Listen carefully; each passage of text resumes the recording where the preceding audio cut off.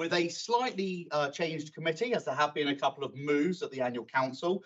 Can I say a massive thank you to those who were on here previously for all of your support and all your input you had over in the last year, and actually previous years to that as well for some of them. And at any point you want to come and attend a meeting, please always do. The more heads that look at scrutiny, the better. If you have anything to say, please do get involved and say it. We'll always have space according to the standing orders when we should be. And I'm sure we can make special exceptions if you have been working on a piece before the change happened. I'd like to start by explaining why we're here. It's come to my attention that the council chamber is completely inaccessible for people that are disabled, and I don't feel comfortable holding a meeting that's meant to be open to the public in a room where the chairman can't be in a wheelchair because they wouldn't be able to get to the chairman's seat. I feel that makes me feel uncomfortable, and I don't think that's the right message to send to the public. So I asked for us to come here. And on that basis, I'll apologise for the fact that this isn't actually accessible. There are two non-motorised, non-automatic doors and a lift that when you sit in it, if you sit on the chair, you can't then work the lift. So I'm hoping that Democratic Services will get that sorted so we have a truly accessible meeting room to allow members of the public that wish to attend and any future councillors who us to find ourselves coming in need of that sort of access, able to join in independently of other people's help. I would also highlight that there are trading cables around the room in here.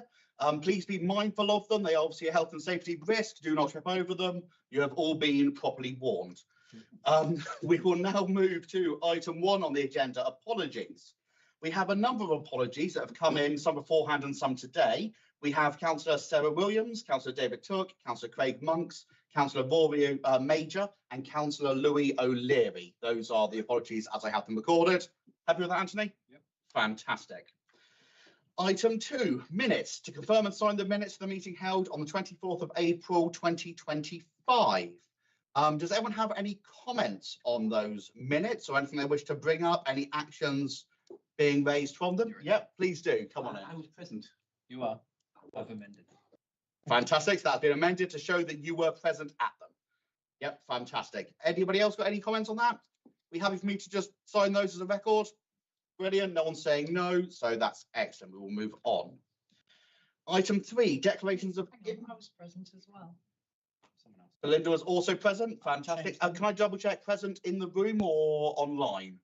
In the room. Perfect. Because only in room counts as present, and that's why I was double checking. So we happy that that's added? Yeah. Perfect. So then we can go to item 3, declarations of interest. Does any member have a pecuniary interest they wish to declare at this time? No, fantastic. Move to item 4, public participation.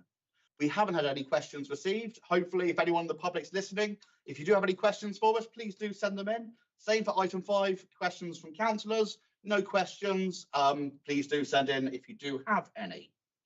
I will now move to item 6, the empty properties update. I believe Jess Mascray is going to be presenting on this. Jess, please do come on up. And Jan, Richard, I don't know if everybody else is coming to join in. We're going to join you at the table if we may, but Councillor Biggs was going to introduce the item. Introduce the item, fantastic. Yeah, absolutely. Go for it, Councillor Biggs. Thank you, Chair. Richard Biggs, Property Assets and Economic Growth, member for Poundbury Ward. Delighted to bring this report to you as requested. Clearly, it's an area of interest for everyone. It's in our best interest to manage the state as efficiently as we can. I think it's a very thorough report, and clearly, the headlines around about 7% of our property is vacant for a number of reasons, which are laid out in the report. Some of which are in disposals. And they're challenging disposal with legal issues. Anyone who's been involved in selling a house will know how long these things can drag on for. And there is obviously a certain amount of churn within the commercial area.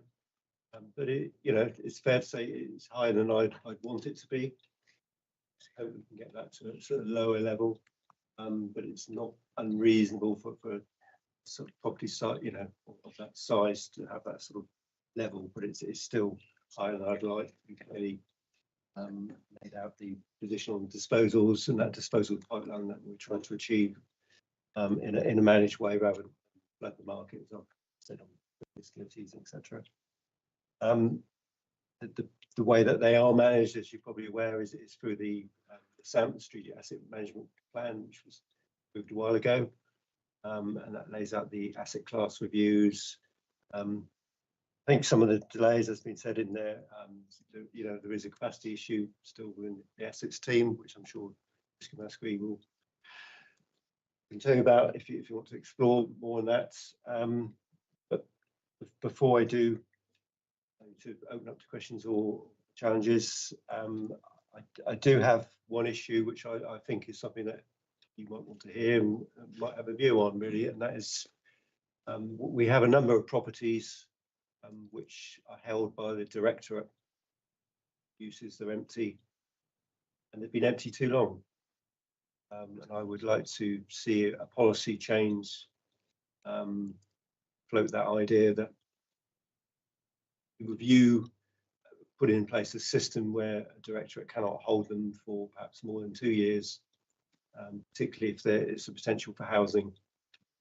I think a prime example, you'll probably pass the team called the South Annex, which is the old library. The library moved in 2013, still not got a use for it. And that is wrong. I know it's been used as a bit of a storehouse in times, but it's not acceptable. And I know there's good reasons why things have failed to deliver and get funding and prices and the rest of it, but we just can't be in a situation where they carry on for year on year. So I think that would be a useful thing to have a process in, and I'm just floating 2 years. Obviously, I think that's something that needs to be discussed. I haven't discussed it with Britain. You may have a differing view, but I just huge. Thank you so much. First of all, thank you so much for coming in today. I don't like to start next, but I'm very disappointed with the report. We did the Lives inquiry with some very clear requests of things we wanted to see, and they haven't been included. And that really surprised me, because one of them is just a simple print off from, what's it called? Logtech? What's the system you guys use? We asked for an up-to-date snapshot of what was on there for the properties. TechForge. We asked for a list of the properties, and we asked for how long those properties, which ones were vacant and how long they'd be made vacant for. None of that seems to be in here, which I was shocked that they weren't included. I'm also slightly concerned. I'd like some clarification before we open up to item 2.1. You're saying approximately 650 assets. Do we not know how many assets we've got? Do know how many assets we've got. Brilliant. 650 have buildings on the site. So is the C a typo then? So I assume that meant circa 650 is in around. So is that C a typo? Yes. Okay, are the other C's typos where it's C 7% and the other C's later on in the list? I think the 7% is because it's rounded. Okay, but we have 650 assets that Dorset Council own. No, we have 650 assets which are not part of the operational estate. If we include all of the council's property assets, including, for example, this building, the total is nearer 1,500. Oh, so we only chose some of the assets, not all of the assets. The vacant assets are listed in this report. Could you point where that is? Because I couldn't see that, and maybe I've missed it. Where's the list? Sorry. 2.1 includes the summary, but doesn't include a list of the individual properties, as you rightly say. But there are the bullet point list. There is a sum total. Okay. Okay, thank you. I think that clarifies it. So before we go into questions and delve into those details, I'll open it up to the non-committee members first. Any non-committee members wish to ask questions? Alex, please go ahead. Coming back to this, I can see empty properties at 2. So I did assume that the 650 were empty properties, which include buildings. So one can take it, can one, that there are empty depot, which is hard standing, that sort of stuff, which do not include buildings?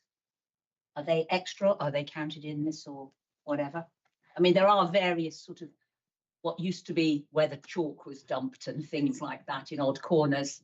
Do they class as properties or do they not? No, this is a list of assets with buildings on. Just the buildings, okay. There's a depot would be included in this list because it's a built facility of some kind or another. then the bits that might not be listed would be incidental areas of grass or something like that. You know, Okay, not, but not hard standings in, no, that would be included here. Yeah. okay, right. Can I make a couple of comments? I went through this and it's fine. It sort of states why we haven't done things and all that business, and there's a procedure in place and all that, which is fair enough. But what are optional assets, operational assets being reviewed? There's an operational asset, a library, is it, what does it? Yes, it might be a library where the library use is coming to an end. It might be a school building where the school use is coming to an end. It might be a council office where an end use is coming to an end. At the moment, for example, it might include a daycare centre where daycare centres are undergoing a review process, and it is possible at the end of that process, a daycare centre might become surplus to that use. But they're not empty at the moment. Exactly. Operational means they're not actually empty. That they're on our radar as properties that may well become. Okay, thank you. That was just a clarification. The other bit, which I've got to the end somewhere, particularly screens, under corporate plan priorities, the top of page 14, you've got the sort of whatever we do, this sort of matrix of what impacts things have. Under grow our economy, you know, empty properties grow our economy, no known impact. I would have thought there was a fairly clear impact if we've got properties we can get rid of. So I'm surprised. I thought there was as well. I agree. Yeah, with you. you sort of I'll seems a accept bit that point. seems Yeah. a bit negative to say there wouldn't be any difference if we sold them off or did something with them. No, I agree with you. It's very clear. I think that putting properties that are not in a productive use for the council Has to into a be. productive use for someone Yeah. else would be a very good thing economically. Thank you. Take that point. And it's my continual nag. I've written a note here. There doesn't appear to be a timeline for decisions. Now, this echoes, of course, Cabinet member's point. Is there a bidding process? When you have an empty property and different departments look at it and go, oh, we fancy that. Oh, no, we fancy that. Is there actually a bidding process, and is there a timeline by which we make a decision on it? No, that plays very much to the point that Councillor Yeah. Biggs has made, that, and I believe I said in this meeting on a previous occasion, that one of the challenges the councillors had in the past is a tendency amongst service areas to hang on to things, and to think, well, it might be used for this or it might be used for that, and then years pass by and actually buildings deteriorate over time and the problem gets worse, not And then nobody better. wants it. So Councillor Biggs' suggestion that we should instigate a sort of formal process that says once a building has become surplus to an operational use, it gets surrendered back to the corporate property management team for repurposing, is a very wise suggestion. So can I just follow on from that part? So, because one of the things that we asked for as well was the policy or procedure that buildings go through when they're empty. What we go through, so that wasn't included, and I'm taking what you just said, there isn't one currently. And so if there isn't one currently, maybe that's something we could ask to have to create one. There is a procedure for those properties that are, if you like, surrendered back to the corporate property team, and that's described in paragraph 2.3. But I acknowledge that there are, at any one point in time, likely to be properties that are in the hands of an operational service department, which may be empty, which we are not in charge of, and that process in that instance will not have been implemented. So can I just clarify that? So 2.3 references an empty property procedure, Yes. which is what we asked for, but that wasn't given. So that does exist and just wasn't given. Yes, it does exist. It's Is there a reason these items we asked for weren't given? I think it was deemed appropriate to describe them in the report rather than attach them. I mean, for example, a Tech Forge printout of 1,500 properties might Would have have been been really good. Appendix. So I think It's an appendix. I think in the future, and this is probably good to go to everybody. If we ask for something, you think we're asking for the wrong thing, tell us. Because actually in this case, you've assumed and it's completely not what we wanted, which will probably result in it coming back again another time, which isn't ever what we want to do. We'd rather just do it once and do it properly. So if you've got any queries, ask. Best way, I think, if you just ask, that we can say, yes, this is why, or we can say, oh, good point, we don't need to see that. Yeah? Yeah. Awesome, fantastic. Sorry, Jane, you want to speak as well? The question that you began with,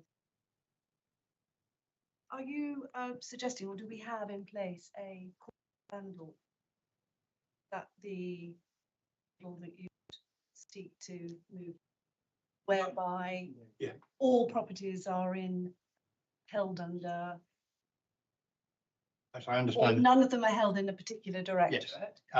the council made a decision a number of years ago, as I understand it, to move towards a corporate landlord model. Yeah. At the point I arrived with the council 18 months ago, that model was not in place. Yeah. And service departments were still operating in a more traditional manner, I think is probably the best way of saying it. So our aim is still to move towards a corporate landlord model, but that is some distance away in terms of the work that would need to be done to make it function. And So increase capacity, it- presumably, to Well, have to do I with. think as we go through the Our Future Council process, Yeah.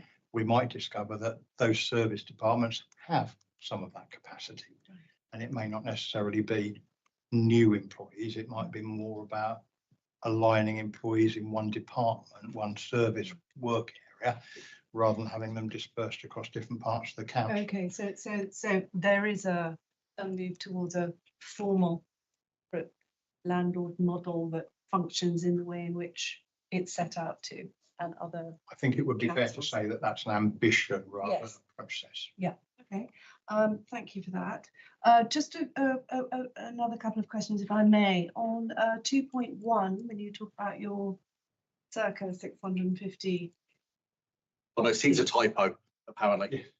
Sorry, It's 650. that's obviously implanted on my mind. And that excludes housing properties. So why are you excluding housing, or does it, there is a high misread They are that? not part of the place directorate. Right, but other For buildings reasons I- which are in other directorates, I have no purview over housing properties that, right, so are there other properties then in other directorates But you, that are empty? sorry, I just wanted to remember, but you do have purview over libraries, which also aren't in place, are they? the degree to which I have some purview over those properties is probably limited to the role of landlord. But for the purpose of this report, why were they not? Why were they excluded and hidden from the report? Housing properties, I don't have the information. It belongs to a different service department. Again, would it be really good to know that beforehand? I think for council terms, we assumed that we would have a central list of all the properties we owned, and what they're being used or not. And if that's not the case, that's fine. But actually, maybe that's an outcome from this. It'd be good to have a central list of properties we own. It would be the outcome of a corporate landlord process in the longer term. But at the moment, the management of housing resides solely in the adults and housing, adults, social care and housing directorate. We provide a maintenance function. So when they want repair and maintenance work done, we're involved in that. But per se, we're not the landlord for those properties. No, the landlord stuff. Sorry, we asked for a list of all the vacant properties, and you don't know how many properties they have or what position they're in. That's not something that you're not all aware of. properties are managed corporately at this point in time. Okay. Can I just, correct me if I'm wrong, but within the SAMP, which is highlighted here, there is a list of properties, which includes housing. And it says 175. It does surprise me that they are in there. You're correct, but Yeah, obviously there's a it's reference not to with us. that number, but I don't know today whether that is still the same number. See that at that time Yeah. the SAMP was written. And I So think that'll that give you, I mean, I think the fact changed that we much. don't know how many properties we own is the bit we're putting out of this. That is the bit that's the problem. Because we should really know how many properties we own and what state they're in. That seems like a pretty basic start. I think it's fair to say, if I may, we do know across the council, we know what we own. When we're describing property in this context, it it's not as straightforward as saying it's a finished number, and you're looking as if I'm struggling. Well, there may well be a piece of land which includes an area of open space. Maybe it has a building on one corner, maybe it has an access road and another shed in another corner. That could be variously described as one property, but it might actually be 5 different deed packets. Absolutely. Because we've acquired it at different times. So do we report that as one property in this conversation? Is it 5 properties? It's never quite as straightforward as having an absolute number. And that's why I sometimes hesitate when you're asking me, do we know what we own? And the answer is we do know. Except for houses. Houses are, the council knows what houses it's owned, but in the corporate property department, we don't manage that stock. So, okay, so that's fine. I won't go further into that here, but so for when this comes back, it's going to need to, who's the counterpart that we need to have to get all of the properties? So it's because to me that we obviously, if it's not known within just yourself, then that's fine. Who else do we need to have here to bring the other part of the puzzle together? That would be colleagues in the Adult Social Care and Housing Directorate. But Fantastic. housing would normally go up through the people. Oh, so yeah, this is a misunderstanding a lot of officers seem to have. With scrutiny, we can look at absolutely anything in the whole council. It is generally done that the people and health go one way and place resources go the other. How the housing stock is used is something that sits very well under people and housing. Yeah. The actual number of the housing stock, what that stock is, and if it's vacant or not, sits very well under place and resources, as it is a resource and a place. Yeah. And so I think that's where a lot of people have made this assumption. I've spoken to Jonathan, had it agreed many times that the case is it actually is in our remit. So I think some adults and housing. an as invitation well to next time. Councillor Taylor to bring that information here would be in line with what you've just said. Yeah, I think and so doing the two together, so we can actually, because I think it'd be really good as an outcome from this. We probably asked for a centralised list of all properties we own to be held by the council. Would be really good. Sorry, Councillor Sawyer, had you finished? Well, because we don't have the information around those properties, I did have other questions which I can't ask because you won't have the answer. I can't answer questions about housing. Right. Councillor Bowden. Sorry, it's more of an observation, but that's quite a few of us were the members, housing members, what do they call it? members housing. Yes, Home and Housing Members Board earlier today. And there was a discussion about the empty housing side. And Councillor Biggs was also there because we were all saying, is this a cross-council thing whereby there may be, you know, for example, a vacant office might be suitable to convert into housing. Yeah. So that there is an element of cross conversation. And I think that's a really good point. I think it leads to the point of I think we're all fairly shocked that it's not held one place centrally. I think that's something I, for one, assumed it seemed like a few others did as well. Now we know it hasn't, and it isn't dealt with that way. That's something we can look at suggesting is brought forward as a policy change. Yeah. Because it's really hard to scrutinise if you don't even know where to go to for the information. Yeah.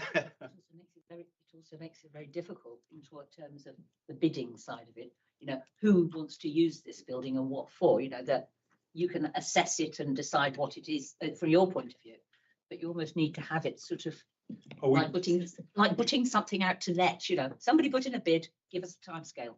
We do in that respect work closely with our colleagues in housing. Only a couple of weeks ago, we were showing housing colleagues around a vacant property that might be suitable for conversion. So while there are some separations, it's not a complete divorce. Yeah. So you work together, but they won't share the numbers with you. You don't have need for the numbers. Okay. That this department, that the property department does, because they're not an asset we're responsible for maintaining. Fantastic. Okay. Any other non-councillors wish to speak? Sorry, non-members wish to speak? No, in that case, Barry, you had your hand up first. Oh, sorry. Yeah, just last second, got in there. Houses, no. We're not responsible for the management. We provide a maintenance function when requested to do so. I suppose what this really highlights is the importance of reviewing how this fits together into one space. And I don't think housing would be very to hear it, No, that, I how think that's, that would. So I understand the rubs are, and also in the other directorates as well. and I think it's pretty clear from my understanding, there's a fair amount of resistance in the past to the implementation of a corporate handbook. And hence we Within are, directorates. So can I just stop this? So the resistance, was that from councillors and the cabinets and full council? Because surely they're the ones that make that decision. no, I think more from an operational perspective. So, but I struggle with both. Just surely, if it was a decision made by cabinet or council to go to a landlord model, I believe it was at some point. and it hasn't been put in, It's not yet been achieved. could we find out why has that not happened when it's been directed by cabinet or full council? I doubt there's one specific reason or indeed a recorded reason at all. I think it's more lost in 100 of different decisions over a long period of So time. yeah, as some things can have, those are an argument that some things can get bogged down by bureaucracy, and that can happen on occasion, I'm sure. So I think that's another outcome to bring back for the next time for as part of the update. I think we'll do a longer thing on it for why it hasn't happened, because I think as councillors we assume when a decision is made, voted on, or cast by cabinet that will then happen. I think to find out it hasn't happened is a surprise, I would say. So that's probably The worth first looking thing I must do is find out exactly what resolution was passed and when, because I think it was prior to my time with the council. Yeah, absolutely. Before I potentially risk misleading. But that can Mr. come back. Detail. That can come back at the next time. Yeah, You can come back with a report on corporate landlord. super. So at this point, Councillor Cooper Barry, you wanted to ask something? Yeah, Barry Cooper, Winterbourne North. To me, it's very hard to scrutinise this at this point. If you look at 2.1, we've got 16 empty properties which are currently under review to consider future use. We don't know how long they've been under review. We don't know what they are, whether they're buildings, land, or whatever. And then also, there's 9 empty properties on the disposal transfer list with disposals in progress. Also with that, we don't know what property is, and we don't know how long they've been on the disposal list. You know, it would be helpful to scrutinise. I think, Councillor, those are two things those are two Yeah. things we absolutely asked Yeah. for, clear as day. It's in the You know. it's in the paperwork that was sent over. That paper was opened and read, wasn't it, the paperwork? Double check in case it didn't arrive with you for some reason. My colleague, Ms. Mascaro, is indicating that she hasn't seen that line of inquiry. The key lines of inquiry? Put that on the table too firmly. No, and then that's fine. If you haven't seen it, you haven't seen it. I will just double check because it was, we got the date it was sent. We've got the full list of who it was sent to here. For the key lines of inquiry. It hasn't been opened. So maybe it's gone to the spam or something. So I think again, to all people, if you're asked to come, but it's weird because you refer to the key lines of inquiry in your report. There is reference to them in the report. Yeah, in the wording. Yeah. So whatever happened, rather than going into this now, Yeah. I think there's some confusion there. And I'm getting a feeling that actually we're not going to give this good scrutiny without the information we asked for here. So can I suggest that we call this back and we could probably do a special thing in mid-August on it to bring that forward. Sorry, we have moved to members at this point. Yes, absolutely, of course you can, mate. Yeah. This has become a bit of a shock to me. And it opens up all sorts of other questions, like we're talking about the adult services team having the houses. What is in the children's side that have properties? Is anything in highways? Although highways comes under you on place, so that's a bit different. But I'd be interested to know the school properties that we own. Are those in the children's budget or are they in your budget? So, for example, Coombe House, the Dorset Centre of Excellence, we act as landlord. We take a rental payment and we negotiate that rental payment with the operator of the school. And when requested, we provide a building repair function. And when requested, we support capital investment. But the function sits with our colleagues in children's services, as it does for all schools.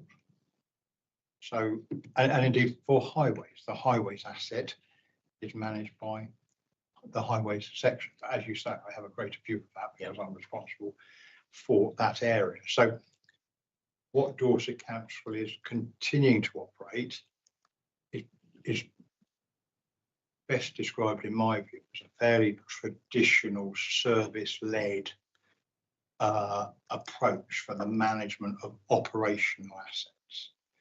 The corporate landlord approach, which would see all assets vested in a corporate property centre and internal users treated in much the same way as if they were external leaseholders or tenants, is, as I understand it, an ambition the council set out to achieve, but we are not at that point at this point in time. I think it's very important, and you've made the point already, Jan. You've only been with us for 18 months. I had the pleasure of working with you for 6 months, and I know just how hard you do work and dig in. And I would imagine behind your face at the moment, which is staying fairly bland, It's a beautiful place. you're thinking, what the hell is going to be asked next? I think it's absolutely crucial that we be careful what we say now. But when it comes back, I would want to see every single property that this council owns, irrespective of where it is. So it looks as if we've got to invite children's services here, adult services here, highways here. You better invite harbours because they've got properties as well. I think if we ask Jan nicely, Jan will be able to get the information. Or of course, Chairman, we can read the Echo, which gave me far more detail than I've seen in this report. So I think we will move away from this and go to the fact of clearly what we expected in our spot where it isn't there. And so I think mid-August we will do a special like meeting during the day. Well, yeah, because all the information should already be there. The holidays as well. Realistically, that is a very large ask from what is. Did you not use the information to make this report? Well, I've already admitted to you that I don't have complete purview of all of the information, that I believe it to be there, but it's not in one place. Okay, so it's not something that is regularly checked and gone through then, I'm taking from that. Not as a single whole. Okay. If a report on corporate landlord. No, we don't need to have a report on what's already been decided by council. That's fine. It's looking at the assets. What we wanted was what assets we own, how many are empty, how long they've been empty for. To me, as someone that shouldn't, I didn't think that would be, because it's been how long? How long has this been on the agenda for?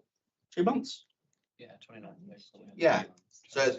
So we've had a couple of months already to put this together. I would have thought the end of August, start of September. Start of September, I can do. Start of September, fine. That's fine. Yeah. We've got a standing meeting. No, we'll have a look and we'll get back to you. We'll work on the exact date out of here, rather than go to a standing meeting or it's going to be a special one-off. If any councillor wishes to ask something that's specifically in here, they want to question that's in here, I just get the feeling there's a lot not in here that we kind of wanted to see as part of this. So your request for that meeting is a list of every property that we understand the council owns, whatever the service department. Absolutely, yeah. I think as far as the people, as far as residents go, and as far as councillors go, when we think of what property the council owns, as in the whole council. We mean the whole council. We don't mean every bond except for IT. And then, yeah, I think we just want the full list, because I would have assumed our property services would have known the full list and would have known how long things are empty for and have a process in place for when something comes on the market, how do we go about prioritising its reuse? Do we do it up again? And it was that side to it that I think we're all hoping to see today. I'm told by my colleague that finding most of that information is relatively straightforward. The bit that we'll have to talk to colleagues about is about vacancy and turnover of housing property, because we don't provide that. Yeah. So that's the bit that will take us a bit of time to talk. And to be fair, I think for our point of view, if it is still viable housing stock, Yeah. it doesn't matter if it's vacant on that month, because it's still being used as viable housing stock. Yeah. The bit we care about is the ones that aren't viable and haven't been viable. But Yeah. If something is has been empty for less than 3 months, Yeah. I don't think that needs to come We're over taking our that as list. turnover. Exactly. And because that's the case with housing stock, is it's going to have a constant change, and how that's used and how it's applied, that's something that I'm sure housing and people and health would love to look at and will go through. Ours is very much the physical buildings, And rather that than sense in what which they're you're used for. excluding normal turnover is very helpful. That Yeah. will help us manage that. And I think that's really small, unless anybody in the council, anyone on the committee thinks I'm being totally wrong with that. No. And please, if I may, one last question of clarification. We focused on buildings. Do you want that list to include vacant land or land without property? So if I could be clear, I think it should include all property, because actually, if there's something I've learned from time in building trades and friends in that area, is that Vanson strips and small areas of land with nothing on them can be exceptionally valuable. Yeah. And it will be very interesting to make sure that we are aware of all of those and have some belief that those are going through a process that they are maximised for their potential for Dorset. I think if you're willing to accept this discussion as a scoping exercise, we can bring that I back think to your that's- meeting later in the year. Everyone happy with that? Jonathan, have I done anything awful? Awesome. Brilliant. Guys, and thank you so much. Appreciate it. Right, so the next item, are you happy with, you've got all of the outcomes for that and everything? Sorry, I've just brushed off. Do we need to reissue the list? Yeah. And ask for a reply? Confirm that people have got it. No, there was a read confirm, it was sent there. Yeah. I think we've got a clear understanding of what. Yeah, thank you. And well, yeah, you happy with that? Everything's all good? Brilliant. So then we will move on to item 7, which should be a really interesting one. Looking forward to this. Digital connectivity in the Dorset Council area. And before we get into this, actually, no, it doesn't matter. You go ahead, you go for it. You don't need to hear from me at all. You guys are fantastic. Introduce away and say what you'd like to say, and we can delve into questions and hopefully lots of support for helping this be the best it can be. Great. I shan't repeat the report line by line. So my name is Dougal Lockhart. I'm Service Manager in Digital Place. Alongside me is Amy Thomas, who's our Senior Technical Officer, who is much closer to the data than I am on a day-to-day basis. So digital connectivity, really good quality, reliable broadband and mobile is essential for modern life. It's foundational to a modern economy, and really topical in this week when the council has just agreed it's energising Dorset economic strategy. We need to get this connectivity as good as we can in order that we can energise our economy and also transform our services. So it's foundational to everything which we're trying to do as a place and a council.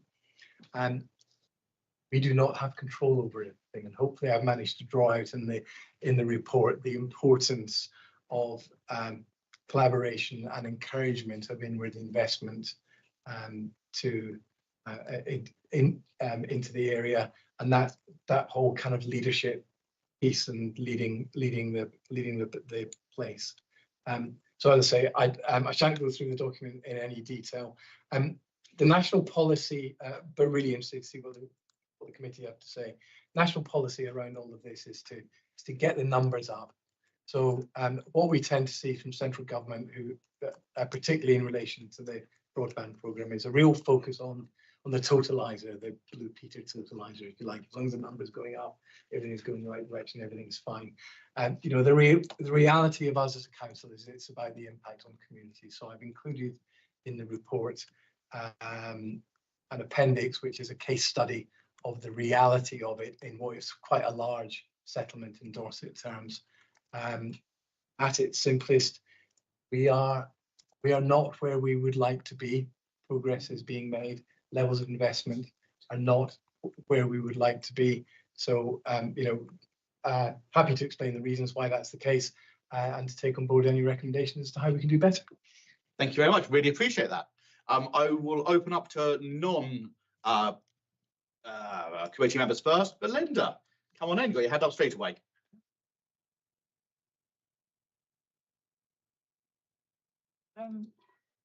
Talks about a second contract was awarded across the rest of Dorset and South Somerset in 2024.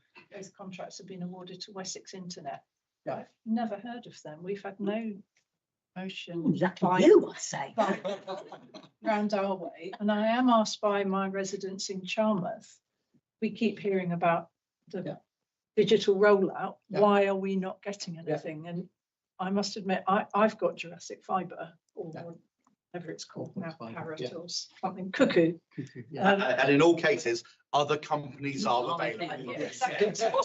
Possibly. Well, we hope. I didn't know until I heard from the residents in Charmouth that there was an issue there. I don't know whether there's an issue in Lyme, but I'm curious. So So do you know what's going on? So- Why haven't I heard of Wessex Internet? So essentially what we're looking here is long-term infrastructure improvements. So the contract was let in 2024. The contract currently, and it's managed by central government. We're a stakeholder in it, but we don't own the contract. And that contract goes out at the moment until 2029. We're expecting it to be increased in size and to go out slightly later. So the deployment of infrastructure under that contract is not that well advanced. It takes a period of time to do the modelling and the planning before the vans roll out and the network is connected. So at its simplest, it will come to your area. I don't have to hand precisely what the impact will be, but the design of it is to reach premises which are not being reached by commercial investment. If I can add that some background that just might help. So the actual company is based fairly close to where I am. It's a North Dorset company. And they have done a lot of work in the extremely rural villages and areas and farms and making ways to link them up. And I know that there has been a lot of communication to those areas.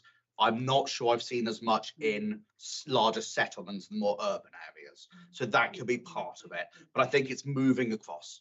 Sorry, Alex. Well, I'll come in on what happened in 2022 is it just sort of ground to a halt, didn't it? We were promised a lot of things in 2022 and it sort of just nothing happened. I know that my villages, we were, everybody was invited to all this customer. The Wessex Internet seemed to have an awful lot of customer engagement officers, not many people who can actually do stuff. So we had an awful lot of engagement meetings and an awful lot of people signed in. Yes, we'll be interested. Yes, we will sign up. And then everything went dead for 2 years. And as a parish council, we were pestering for ages. Like, well, is there a date? Oh, yes, we'll do it next spring. Oh, we'll do it next autumn. We'll do it the spring, 2 years literally of nothing. And they, because of the engagement issue, they wanted people to sign up before they put in the infrastructure, which is fair enough. But there is a problem in a rural area where people in one road or one lane, like only one person signed, so they got nothing. Another lane, 4 people signed, so they did get something. It's terribly, terribly patchy. And I can understand, they're saying, when you talk to them, Wessex say, well, it's not commercially viable to take it to every lane in this village. But actually, if you put a ring main round, you get within 100 yards of them all. And then you could, a later date. So the way they set it out seemed very, very patchy. And we had no control over that whatsoever. So I think what you were describing there is primarily Wessex Internet's commercial model rather than the model that they've used in the contract. Ultimately, it comes down to design. So government is only allowed to intervene with public subsidy where there's proven market failure. So there's a fairly long process that goes about doing that. It's detailed in the report, and essentially in those other areas, the expectation at the time of the when the specification was put out and the contract was let was that those additional properties would be built through commercial investment. The reality is that all companies make decisions strategically and tactically depending about where they think they're going to get the return on it. So it's a very dynamic position, which is really frustrating for individual residents and individual businesses. The general direction of travel is towards greater availability of gigabit broadband, but these individual issues, these issues in communities are part and parcel of the methodology around this. The alternative methodology would be that a government let the commercial market build out as far as it would build out, and then start the process of investing nationally £5 billion in a big infrastructure program. So I think the decision that was taken by government was to start that intervention in the most rural areas at the same time that the commercial market was building, because there was a recognition that otherwise that those rural areas would be very much last of the starting blocks. The reality in individual communities is that the experience does vary, and that kind of chimera of 100% coverage, we're a long way off that. And I also follow up, and it's something that you can probably give me some information.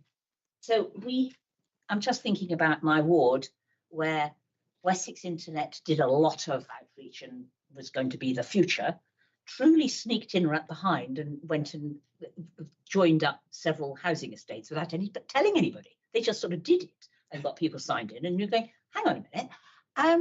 But we also have Openreach, who were talking about bringing in, I think, basically changing the copper wires to fibre wires, but still using the original telegraph poles with drop downs to houses.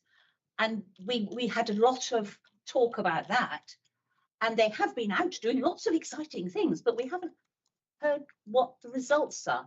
Are they a viable alternative to paying Wessex lots of money? Have they actually produced, linked up more houses? Do we know? So we do, and the process of assessing the market is done on a four-monthly rolling basis by government, and they will look at all of the network that is built, all of the network that those suppliers say that they're going to build. And there'll be an assessment of the likelihood of that actually being built. So they will look into it and say, do they really have investment plans in place? Do they have a supply chain in place? The reality, as I say, is that tactically those decisions change really very frequently, and we see an awful lot of premises that said they were going to be delivered commercially and then weren't, and then some others that come into that commercial envelope that weren't there before. So it's very dynamic, and gives it and can give a very poor experience for individual communities. But that's the reality of a commercial utility provision. Thank you. Councillor Parry. Thank you. I know we've discussed this before. I had the misfortune to be seduced by a utility provider who provided a package called Infinity to me for my broadband, only to find out that Infinity actually is a rather shorter space of time in any online meeting I happen to have with council officers from my home in Ferndown.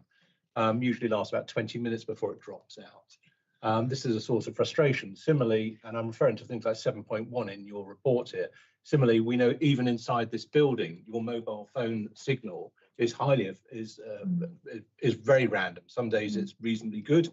Other days you could be on the top of the building and not get a signal, which for the heart of the county town should be really concerning. And I don't think we've seen enough progress, unless you're going to tell me, in challenging the operators in addressing this. What I am seeing, and I was interested in, I happened to have a couple of work-related train journeys recently and use the Wi-Fi on the trains. And I noticed in today's news there's talk about how that service is going to be improved and see investment. So clearly there are new technologies coming on that are now affordable to roll out to things like fast-moving trains, but we still haven't cracked a decent mobile phone signal in the heart of Dorchester or a reliable broadband signal in Ferndown and West Barley. Are we going to be facing a challenge from government where they will put their funding into the shiny new train technologies and the rural shires will just have to put up with the antiquated systems they've got? I mean, we have seen a significant investment into broadband technologies by government, less so into mobile. There has been some into mobile, and again, it's referred to in the report. One of the really interesting initiatives we've been working on over the last few months is getting much better data, so we have much better evidence through which we can challenge the mobile network operators and government and say, look, you're telling us, because they're making their investment based on what they think the provision is. What we've got now is some independent assessment, which is really starting to paint a very different picture, in fact, a very surprising picture about just how poor that level of mobile coverage is generally in Dorset. The technology moves along very quickly, as you rightly say, and the infrastructure build and the mechanisms to build, particularly around planning in relation to mobile, and the processes used by the mobile network operators themselves are akin to any other sort of infrastructure, national infrastructure program. So they're not moving as fast as the technology is moving. Neither are they moving as fast as people's demands for what they want to use the technology for. Can I come back? I have a further concern because, of course, the whole messaging from Dorset Council has been towards a digital revolution.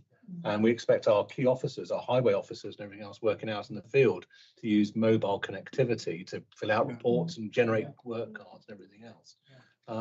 And it's been suggested to me that in some instances, perhaps things like the sluggishness of house sales can be related to poor mobile connectivity or broadband connectivity in certain areas.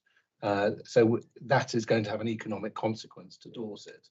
What can you do as officers to bring in additional resource or extra funding to challenge that? So so the data and evidence I've talked about, I think then we're talking about, and this is why this is really helpful to bring it to this committee, we're talking about the leadership and the careful lobbying of government and of the industry, and getting that bit right so that we can encourage their investment and their greater investment. Alongside that, some practical things we can do more of around making our own assets available for mobile transmitters, and some things that we can do alongside the mobile operators and the mass builders themselves to make the planning processes work with a little less friction.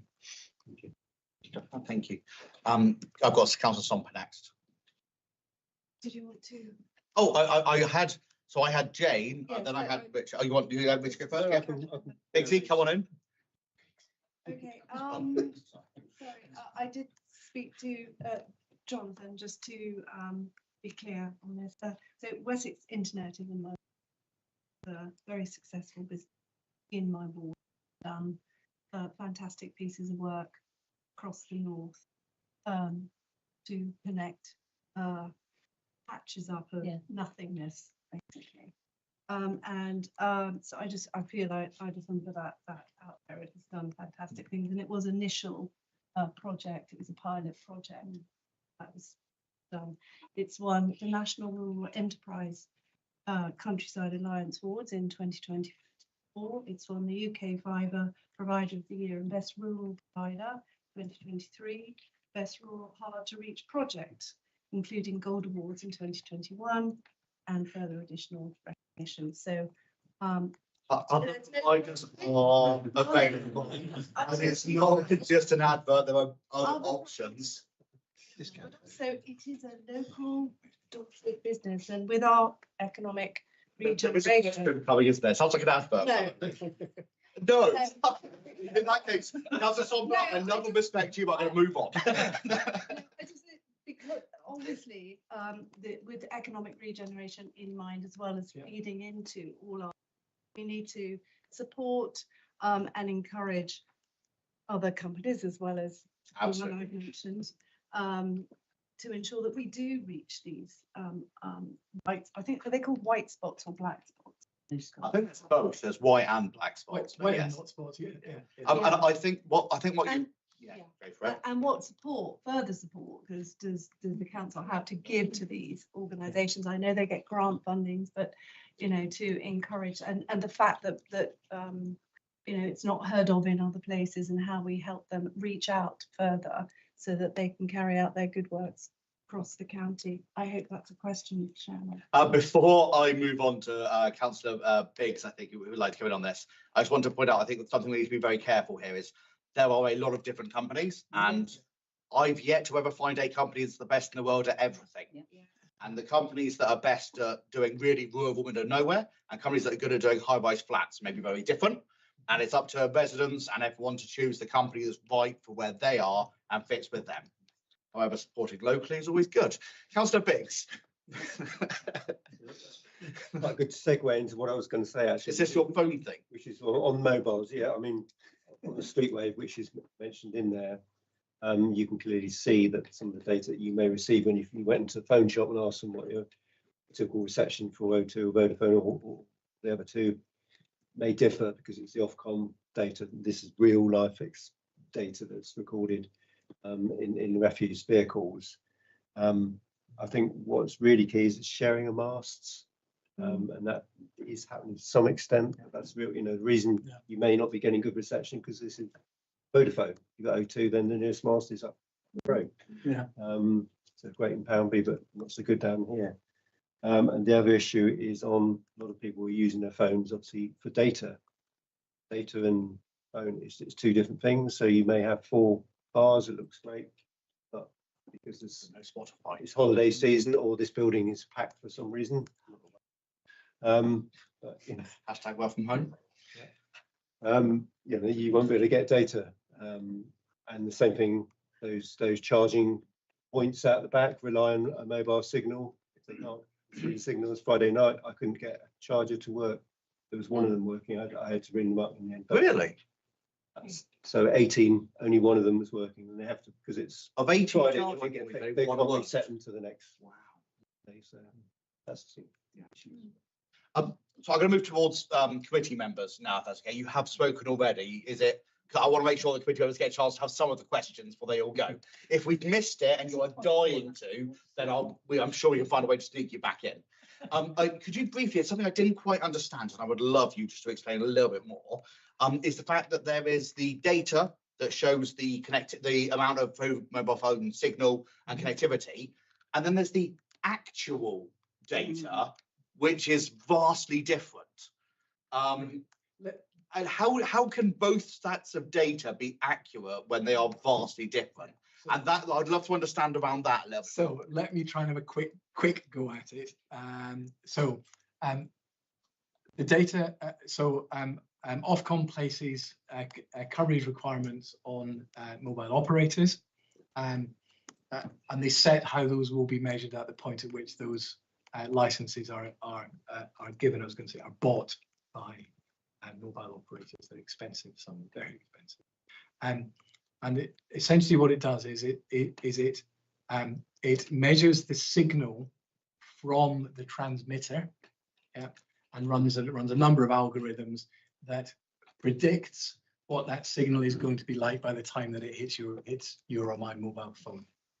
What we are doing is we are measuring the actual experience from the handset, from the mobile device, rather than the expected, the expected and the assumption. Yeah. Thank you. So I will move on very quickly. I just want to very quickly ask: are we going to use the new phone checker, which I think is fantastic? Biggsy big thumbs up. Really happy with that one. I saw it today. Will we be using that to challenge government and Ofcom and say, actually, you can't be relying on this data. It's just not accurate. Yes. Because that, yeah, we are. Yes. Fantastic. In that case, I'll move on. And now Ray did indicate he wanted to speak roughly a month and a half ago. So I'm going to go to Ray straight away on this one. And then, yeah. Right. Yeah, Councillor Ray Bryan, representing St Leonard's, who is mentioned in this report. As you're aware, the local parish council have got heavily involved in trying to find out why we get such poor service on both mobile and on broadband within the area. And just to give you an idea on the mobile, I drive quite regularly to Dorchester, but for 2/3 of my journey, I have no coverage at all along the A31, which I find appalling because that's the main commuter route for all the heavy lorries that go east-west or west-east, and it features very heavily in the new highways plans because we're not going to get a super fast road, but they are going to make improvements on the A31 and the A35, and yet the coverage is appalling. Now, some of your team, Dougal, have had some very good conversations with the parish, for which I thank you. But needless to say, when they found out we were discussing this at Scrutiny tonight, they very kindly sent me a list of questions. I'm not going to ask them all, but I'm going to forward them to you. Please do. Yeah. Because, but there are certain things that I really don't understand. And I try very hard to find a way of dealing with things. As you know, I wrote to you on the 15th of May because I wanted a senior contact within BD UK. Still waiting. We haven't got one yet. So I've actually taken it to the next stage, and I've actually written to the Minister, Chris Bryant, to ask him whether he can arrange for somebody at BD UK at a senior level to contact me, because this has an influence over all of my residents, not just in my area, but across the Dorset Council area. And I think we're being shortchanged, is probably the polite way of me putting it, by BD UK, because it was only after Chris Bryant got involved. In fact, it wasn't Chris Bryant that started it, was Chris Chope, sorry, Sir Chris Chope, that started this, my local MP. He's a sir. He is a sir. And he spoke to Chris Bryant, who then got BD UK to introduce more into our area. And we now know, thanks to Wessex, although there are other people available, but thanks to Wessex, they're now looking at introducing more facilities or more activity into the area, but it still doesn't cover the rural areas that are so essential. Because if you look at industry, a lot of industry is in rural areas and they need super fast broadband. If you look at the farmers, a lot of farmers need the super fast broadband. They've been ignored. And a lot of residents who probably pay the top end of the council tax band who still can't get broadband. Do I need to declare an interest on that, Jonathan? Because quite seriously, I have to pay for a satellite to get both a mobile signal and broadband. Your Starlink. No. Oh, no. Be really impressed for a second. My neighbour 2 doors away is. Can I add something to what you just said? Sorry, and then I'll get back to you. I think one of the points that Ray put up there was the rural necessariness for business. We did something, I know, back when I was involved, probably 5 years ago, Digital Dorset. We had a big day. I think it was actually hosted by Wessex Internet, where we saw some amazing technology that was going to be at the cutting edge of farming, saving lives for aqua. What's it called? Aqua farming. There's a word for it. Aquaculture. That's it. And it was absolutely amazing. But none of it's possible without that connectivity.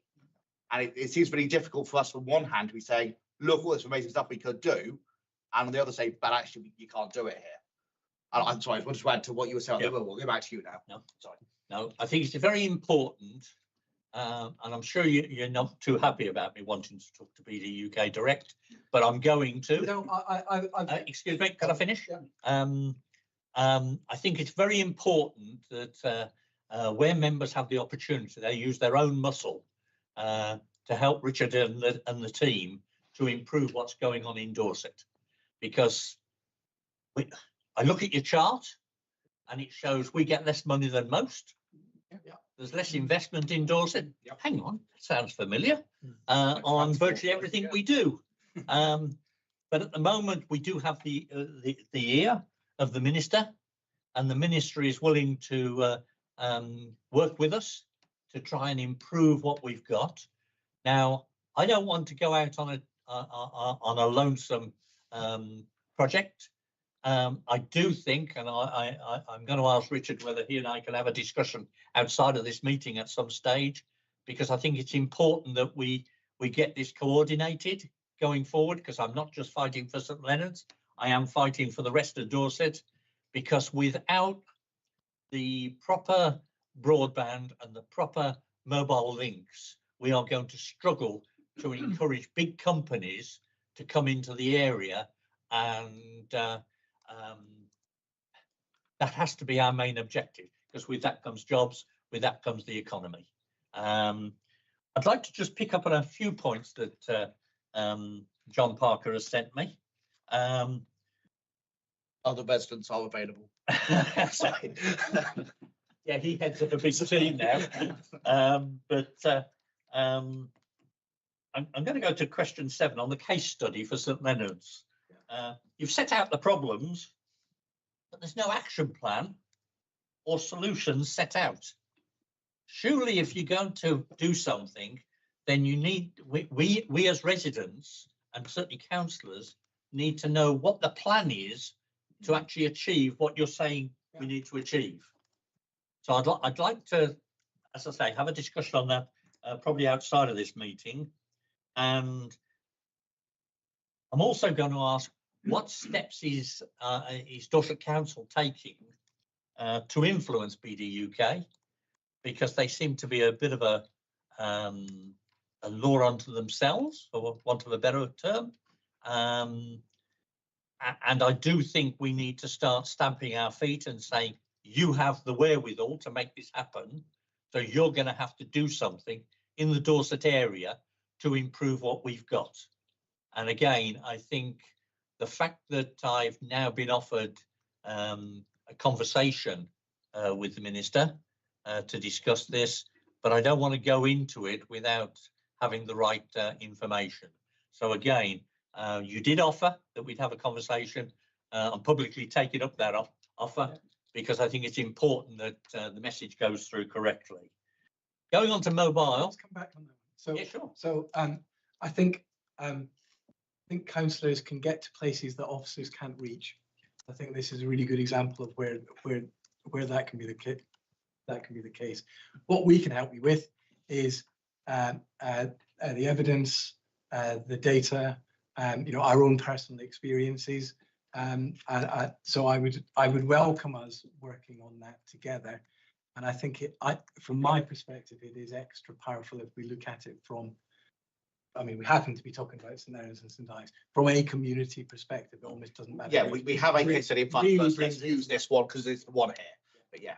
I think one of the things that I learned quickly, being a lead member before in the previous administration, was it worked really well when officers pointed to me at the closed door, then I could kick it down. And I think that's something that councillors can do because there's a slightly nuanced difference between responsibilities and expected behaviour from officers and councillors. And so please do use us. And the purpose of this is to find out how we can support you and how you can support us in getting the outcome that means that case studies say, we can't have a case studies, it's all perfect. Yeah, because that would be lovely, wouldn't it? Yeah. Sorry, Ray. Yeah, no, that's fine. I'm going to move on to the mobile side of it, because again, mobile is a major problem in the area. And again, bearing in mind, we've got quite a lot of, dare I admit this, fairly wealthy individuals around the area in the east.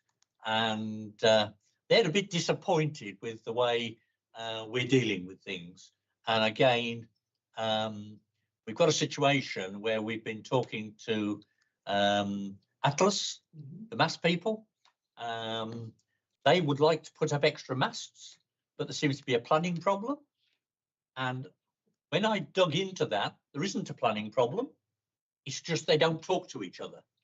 And again, this is something I think we've got to overcome going forward.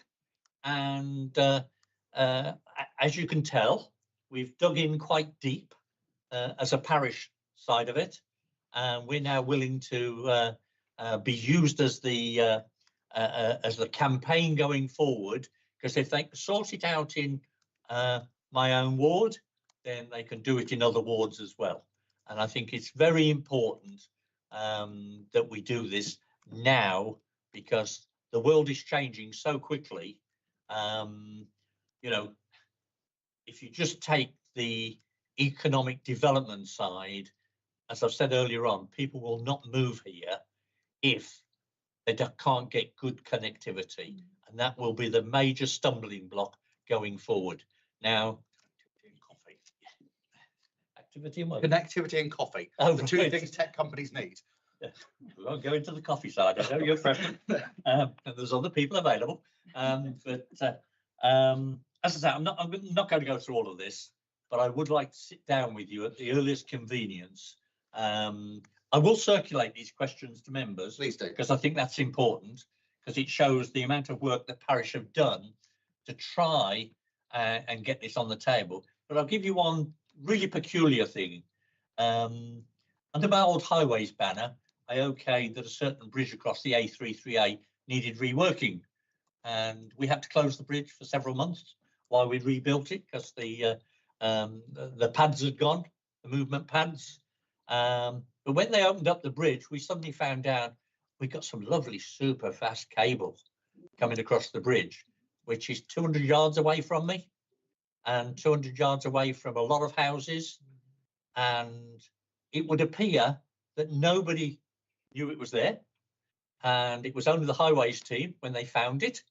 And they looked at it, and it's a really chunky cable. And so the facilities, or some of the things are actually there, but we're not connecting with them. It so happens a business just down the road from the bridge. They've got super fast broadband. It was taken through the trees to them.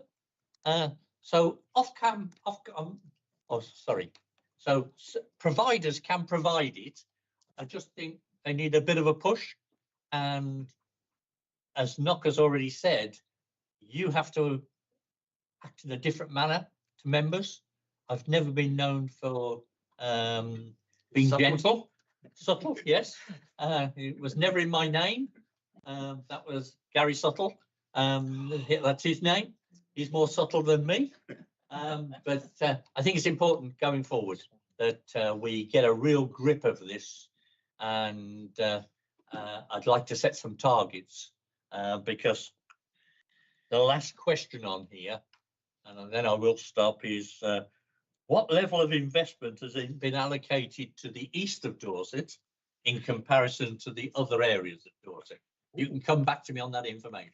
If you have it to hand, you're welcome to say. But otherwise, I think take it from a scrutiny point of view. Putting on my scrutiny hat on, we have a case study. Fantastic, thank you so much. It's gone through extensively the problems and the issues that have come up with it.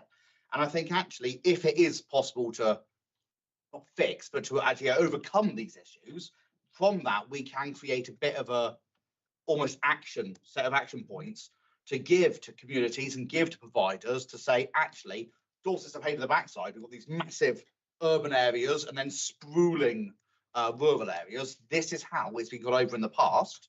If you use these, if you have this problem, talk to this person, that could be a really good thing to get out of it, because the less man hours required to install it, the more commercially viable it is to install.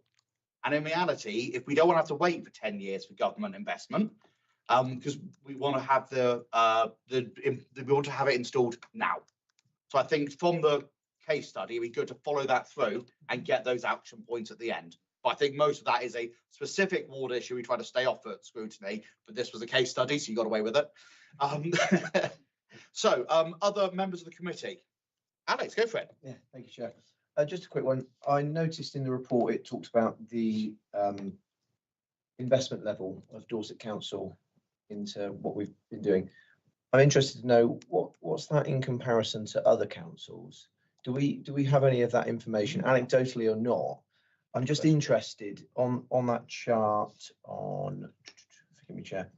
I think it's 3.6. I'm just thinking, you know, in terms of BDUK's efforts to get connectivity across other local authorities, what are they doing differently, perhaps, than what we're doing? Is it an investment? Is it, because we talked about, importantly, around companies, businesses being attracted to Dorset, and perhaps our responsibility around that. And I'm not saying we should spend or not, but I think if there's an option there to know if spending is a good idea on infrastructure in that respect. Dorset Council don't spend directly on this round of contracts. We did in the previous round, but you are right. The level of government investment is lower than it is in other areas. That's self-evident. That's why we included the table. There are reasons behind that, and I suspect there's also a couple of excuses behind it all. Why did we not pay into the last round? Because it was because no council did. It was wasn't a decision. It was essentially a government investment, and a government investment only. It was based on need. Two main problems in Dorset. One was, at that time, the market was claiming they were going to do a whole load of things that ultimately they didn't do. And the timeline between writing a specification and delivering a contract is significant in this area. And the second was the capacity of the market locally to take on build at that time. It doesn't seem there's many more questions left to ask, but it does have. Yeah, that's the problem with non-committee members going first. Yeah. We're trying to cut it off slightly so we could get some. Who identifies the areas of low coverage, low broadband speed? Does BDUK identify those areas, or does Dorset Council identify them? BDUK now manage that process, and we do some assurance and some verification over it. But they own that data set, which is really quite helpful because it's comparable across the country. And there is also an independent company, I think Broadband. Other companies might be available. I don't know. But they provide some really very good granular detail on actual coverage levels, which are used themselves by government. So there's, particularly in the broadband area, there's really good data on this stuff. Not so much on the mobile side. Is Dorset Council aware of where there is commercial projects going on and where private businesses are planning to build fibre network? Yes. You do. So when it comes to getting BDUK investment, you are able to say there are plans over here. We're using that BDUK money in the right places. In the right places, yeah. Okay. Yeah. The real question is whether there's enough of it. But, yeah, sure. Okay, fine. As long as we're not wasting it and using it in an area where there's going to be a commercial build, then fine. Excellent. Barry, you want to ask something? Yeah. It says by 2030 should be 100% gigabit coverage across Dorset. But it says if Dorset continues to lag 20% behind UK coverage, you know, it's going to be about 120 million. Like, is it just finance? Is it the funding that is holding us back, or what are the main reasons? I think it's funding lagging behind. I think it's capacity in the market. I think it's customer demand. So there's not enough. Not enough. Yeah. Oh, do you mean the density of customer demand? Yeah, I think everyone's demanding it. Yeah. And then in individual circumstances, there'll be individual circumstances which arise. A landlord that's not playing ball, or a duct that's not suitable for people, or communities that don't want poles installed. But none of that should add up to that large gap which is identified in the report. That's the key problem. Yeah. So I had a question, and like I have tech knowledge, but it's all very theoretical tech knowledge, not commonplace. But I've had something that's been raised to me many times, and I noticed a correlation, may not be causation. Once Blandford Forum, that's where I am, once we had all the new superfast cables laid throughout the whole of Blandford, it was an absolute nightmare having it done. Now it's great, all works. Most of Blandford, superfast, really, really good. Almost to the day that that happened, mobile phone signal gone. To the point that mobile phone signal now is absolutely appalling for any data, sorry. So you can make a phone call, but as soon as you use data, it won't. And it's not just me, it's a number of people recognised it. And I was wondering, because they're all very, the ducts are just underneath the surface of the ground, and then you have the cabinets spread over, it shouldn't make a Faraday cage, but there seems to be definitely a level where we've lost all mobile data, but gained broadband. And I think similar has happened in Dorchester. Shouldn't be. Let's have a look into that. Certainly what we do often see is where the broadband is bad, the mobile is bad because the backbone of fibre isn't available to the we have the opposite. That's not the case. I had constant video streaming in public, and now I have you can't. And that was almost the day of it all being made. And I think the similar has happened in Dorchester. You used to have a great phone signal walking from here to town. Now you have none for data. So the mobile network operators have been switching off their 3G services. So that could be what it is. And it could and have been upgrading it, but the upgrade doesn't necessarily follow the day afterwards because they're looking at this on a national scale, not at a local level. Brilliant. So it's me crazy conspiracy theory, not a real thing. That makes me happy, and I'm fine with that. Goes with my hair. I don't really like it later. So from this, trying to pull out what we can. We've got the plan going forward that will focus in privately. You'll be working on a case study that's been put forward already and find out what we need to do and how we can support in breaking down the barriers and rectifying that area to create a bit of a framework to go to other companies and other areas and say, this has worked to get over these problems. How can we support? I think local member involvement is really important. If you're doing anything in someone's area, there used to be a rule, I think it's gone now, there used to be a rule about local member protocol, whereas if anything's happening in a local member's ward, you would contact the local member and get them involved so they can really fight with you. Even if that's not an official rule anymore, it's something I highly suggest. Yeah, because there's no one that knows it better and more passionate, generally speaking. I think the amount that Belinda talks about her area, we could all realise that. So I think drawing out from that, the funding problem. That is going to be a constant issue. I'm aware today we've announced the Bigsy phone checker, which I absolutely love the phone checker idea. That data, that would be something I think we could have said that'd be a great way of getting data. I'm so pleased to find that that's happened. I assume with that data, you will then be compiling it all, and that will be going over to, I guess, to argue with Ofcom and say, this is the actual answer, the actual data. We will, and I'm aware that at least one parish has already written to the mobile network operators using that data. Brilliant.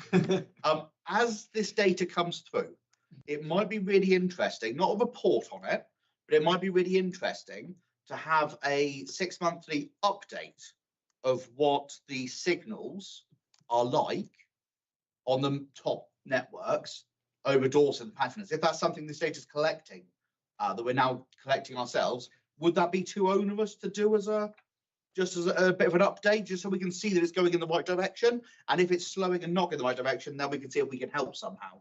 No, that's exactly what we're planning to do with it. So a good example, for example, is we did some of our data in Weymouth in November. Actually, you need to do that in August, don't you? So, yes. So there's that as well. Yeah, certainly. And if any councillor wants to come in and spend half an hour, 45 minutes looking over our shoulders, interrogating some of this for their patch, we can do all of that, can't we? Yeah. But we're happy going forward to that will come to us. That if I miss anything we can pull out from that discussion that you think we should highlight, absolutely go for it. Am I allowed in? Yeah. You're one of us, really. Under the did I get to? 7, is it?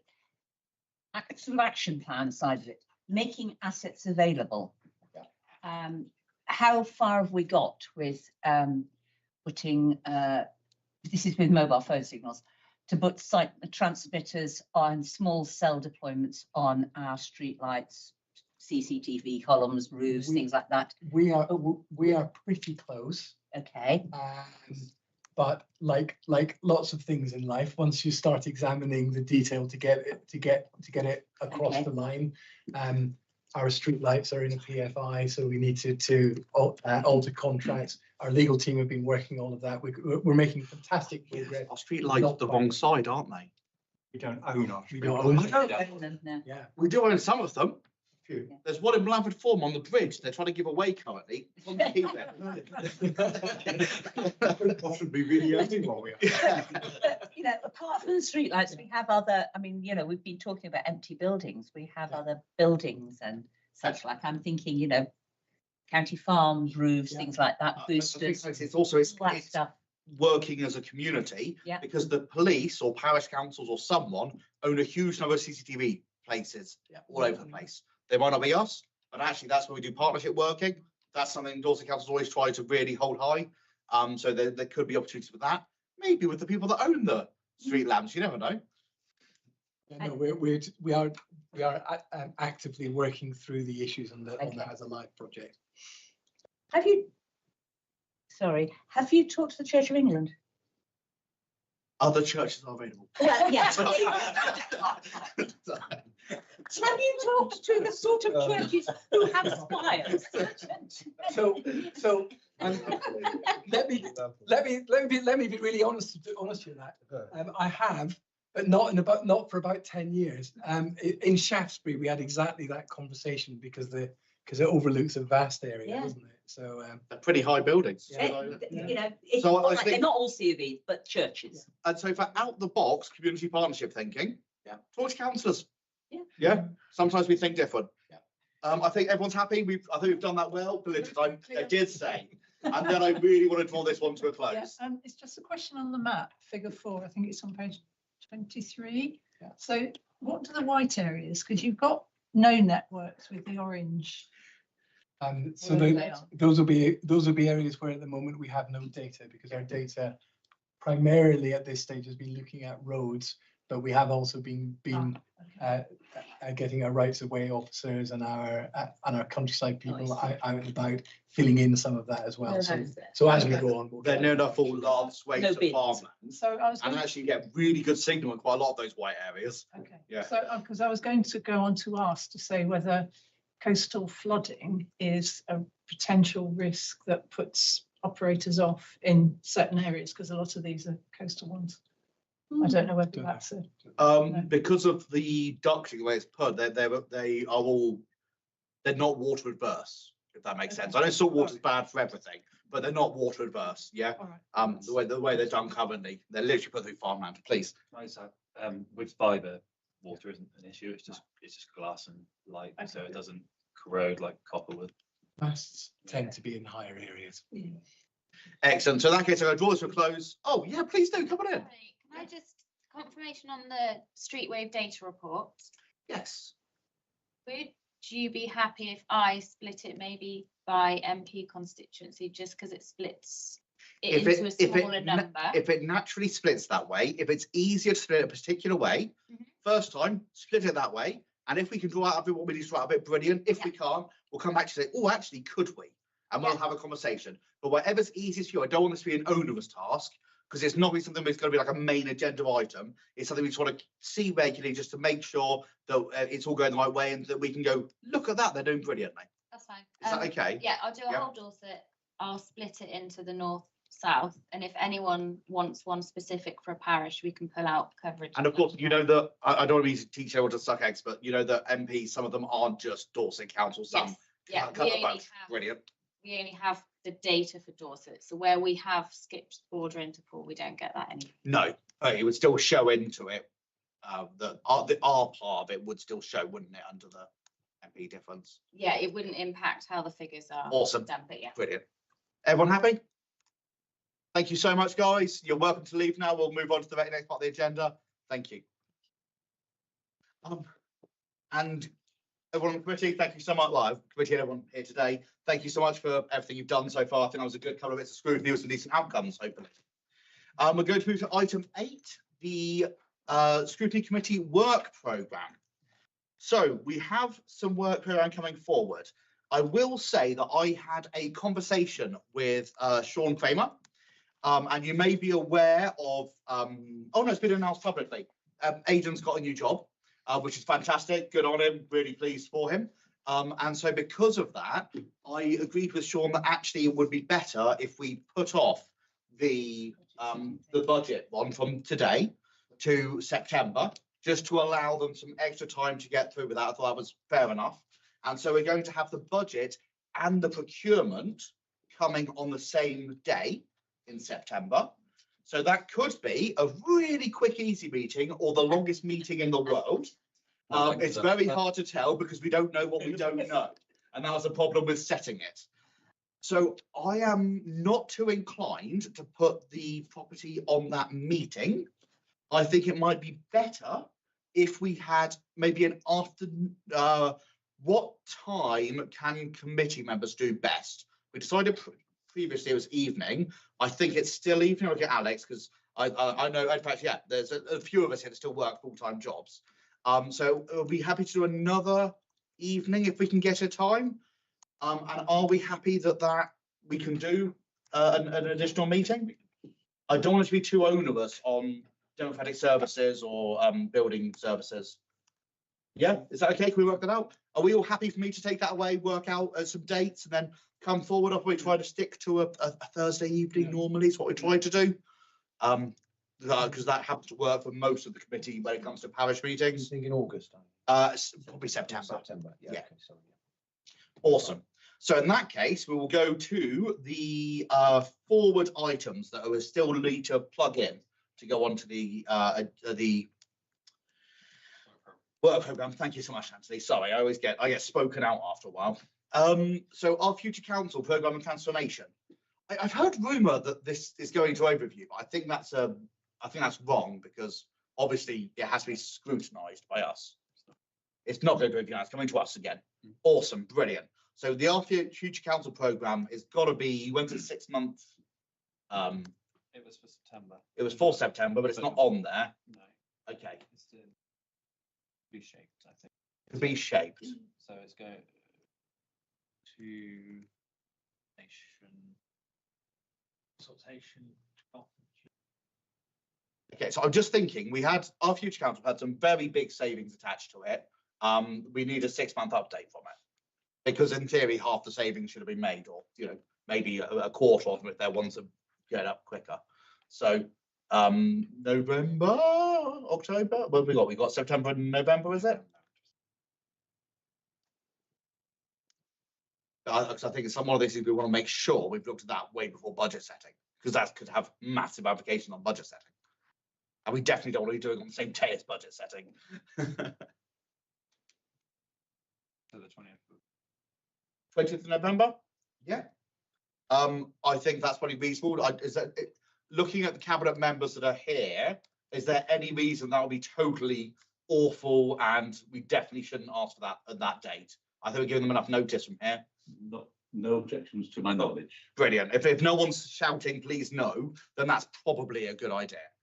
So then we can have our first checkup, and on the lines of inquiry for that, we want to see how it's progressed so far, the savings to date and savings expected, because obviously, and what's happening.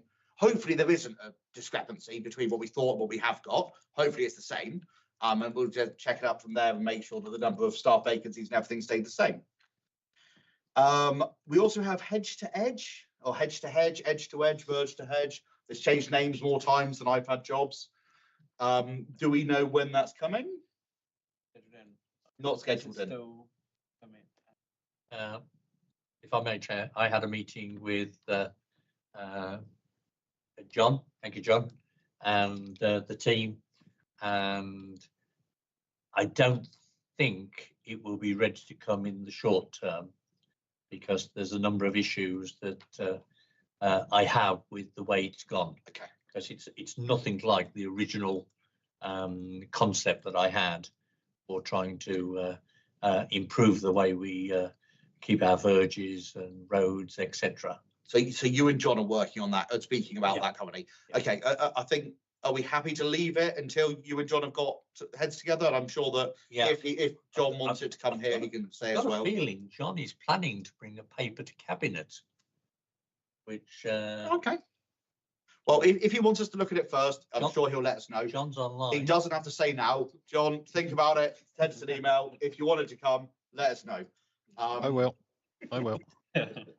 I heard that. That's a That's good. miracle. So the next one that I think is probably worth us picking out is the electric vehicle charging points and usages. We spent a huge amount of money putting in electric vehicle charging points all over Dorset, which is really good. We want to make sure that they are doing what we want them to do, that they've got the coverage to help us meet our climate change and carbon neutrality goals. So I think that could be a really good one. And that could be a fun November pre-Christmas one as well to go with the other. I think that'd be good. That way we'd have all of the summer data. And obviously summers, we've got all the visitors here. Most of the people I think are most likely to be using the ones in car parks because they're visiting. So we should get some really good data from that. Again, John would be screaming if that's a problem. No, it's not a problem. No, Brilliant. that's fine. That's a good idea actually. After the summer and everything, so they'd be able to collect all the data. So that'd be good. Fantastic. Sorry, It may be helpful if your committee asks for comparable costs for users of our systems versus say charging at home overnight. I think that yes, part of that will be looking at the cost to implement the whole thing, usage over time, average usages, peaks, troughs, that sort of data, and then the cost to residents. And if we see big extra usage, I don't want to pre-scrutinize. Sorry, that's me in my head. If we see this, then that. It's interesting, Chair, because I think you're right. And this might just be a process question of me being new to the committee, is how do we ensure that questions we've got in our mind now are kind of ready to be answered when these come up? Because I'm already thinking, much like Councillor Parry is thinking about those answers that I'd like to get to, but how do we ensure that they're on there? So do you know what? I think this is what we'll do is we'll start this going forward because we did it once or twice for the last one. Here we go. The key lines of inquiry meeting. So we'll be holding key lines of inquiry meetings in between this meeting and the next ones. And at that point, we'll then have a chance to tell the online only. So you don't have to come in person. It'll be a Teams meeting, just committee members. And we say, this are the things we want to make sure are included in the report. And that's what we did for the empty properties one, which is why we said full list of properties, how long they've been empty for, and all that sort of thing. And so we'll make sure that we do that. And I think after today, people will be very clear that the key lines of inquiry need to be in there, or they will say otherwise. I think that was pretty clear out of today's meeting. Sorry, just quick follow-up, Chair. Yeah. If I'm not able to make those meetings, because we Then talked email about me or phone me. emails are accepted as well. Oh yeah, absolutely. Okay, So I just wanted to yeah. double check. So we'll have a meeting to discuss it, Yeah. but this goes to all committee members. If you go, oh my God, I want to make sure something's in there, something's not in there, that I do something differently, phone me, text me, email me, smoke signals, whatever you want. Talk to me. If I'm too scary, talk to Ray. If Ray's too scary, he's not scary, give him a cuddle, he's lovely. But any problems, any questions, talk to us, and the whole point of this is working together. Yeah. But it's about working together. Thank you, And Chair. it's the same for anyone that's listening that has something they think should be included, they're worried it won't be. We're reasonable. Email us, talk to us. Yeah. So we then have the key lines of inquiry meeting on the 29th of July, which is the one that some people might not be available for, but anything, we've got workarounds now. Item 9, executive arrangements and forward plans. Does anyone want to pick anything up out of there as something that we definitely want to look at and pick up before it goes to decision, or once it's gone to decision? Otherwise, if you're happy, generally myself, Ray and Anthony keep a good eye on it and we'll pull things out when we think appropriate. I know that at some point there will have to be a very large scrutiny piece on Coombe House. But I think that with the budget stuff this year, that might be a post-budget setting scrutiny rather than trying to fit it in beforehand. But that actually, a lot of that will come out in the empty vacant properties. There's loads of Coombe House, isn't there? Yeah. Otherwise, everyone happy with that? Brilliant. In which case, urgent items, there are none. Then business, there is none.